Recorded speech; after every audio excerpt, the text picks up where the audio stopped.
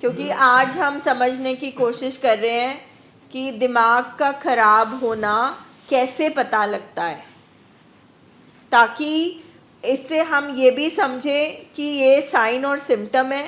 कैसे पता चलेगा दिमाग खराब हो रहा है या दिमाग खराब है, ठीक है? क्यों दिमागी बीमारी है, इसको हम क्यों कहते हैं? दूसरा, एक हम इसको रिस्पेक्ट की नज़र से देखना शुरू करें कि ये पेशेंट इसलिए ऐसा कर रहा है क्योंकि ब्रेन में नुक्स आ गया है, ब्रेन के केमिकल्स ठीक तरह से काम नहीं कर रहे हैं।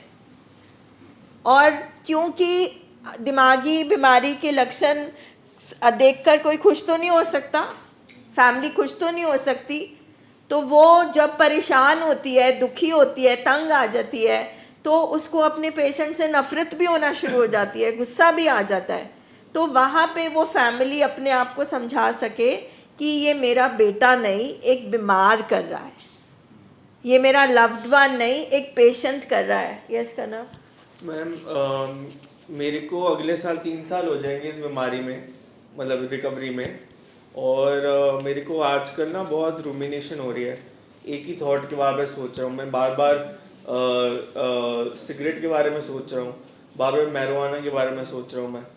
और इस हद तक हो रहा है वो कि मेरे को लगता है मैंने कर भी लिया है, फिर मेरे को अपने आप को फिर से रिमाइंड कराना पड़ता है कि मैंने नहीं किया अभी।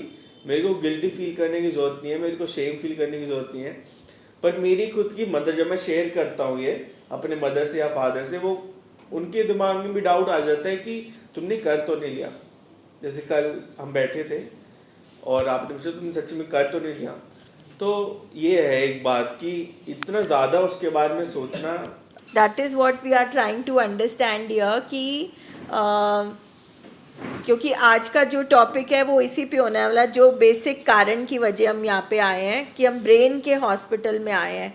तो जैसे और भी किसी भी हॉस्पिटल, किडनी वाले में जाते, लिवर वाले में जाते, तो डॉक्टर यही एक्सप्लेन कर रहा होता है, ये देखो लिवर कैसे ख़राब हुआ, ये देखो सिरोसिस हुआ है, ये देखो फैटी लिवर हुआ है, ये देखो आपका लिवर अंदर से सिकुड़ गया है।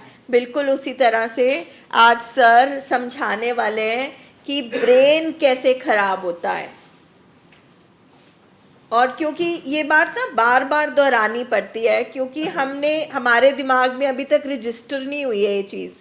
कैंसर हम मान लेंगे, बाकी सब मान लेंगे, बट दिमाग खराब होना नहीं मानेंगे, क्योंकि हमारे पेशेंट कई कुछ स्टेज में फंक्शनल होते हैं। क्योंकि इनको समझाने पे ना हम खुद इरिटेट हो जाते हैं, क्योंकि ये कहना नहीं मानते, खुद बंदा इरिटेट हो जाता है कि क्यों नहीं सुन रहे हैं हम। तो आज आफ्टर सेशन आपका जो टारगेट होना चाहिए वो इसके लिए होना चाहिए कि क्यों मेरे हस्बैंड नहीं समझते।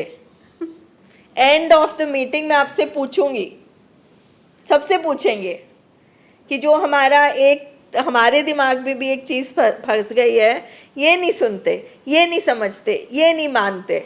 तो आज क्या हम टेक्निकली और साइंटिफिकली जब हम समझेंगे कि ब्रेन ठीक तरह से जब काम नहीं करता है तो क्या क्या होता है, तो ताकि हमें ये आंसर तो मिले कि हमारा पेशेंट क्यों नहीं सुनता।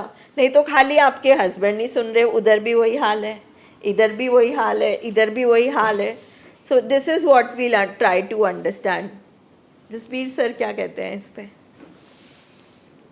क्योंकि सर बचपन से हम बोलते आए हैं, आपके आने से पहले मैंने कुछ जने बैठे थे तो उनसे पूछा, किसी ने बचपन से सुना है कि तेरी मत मारी गई है, समझ नहीं आती? मतलब बचपन से सुन रहे हैं ना हम, ये हमारे आसपास ये फ्रेज़ बहुत ज़्यादा यूज़ होता है, इसको समझ नहीं आती, ये पागल हो गया, इसकी मत मारी गई है। मगर हमने कभी भी उसको बीमारी के पर्सपेक्टिव से नहीं देखा होता।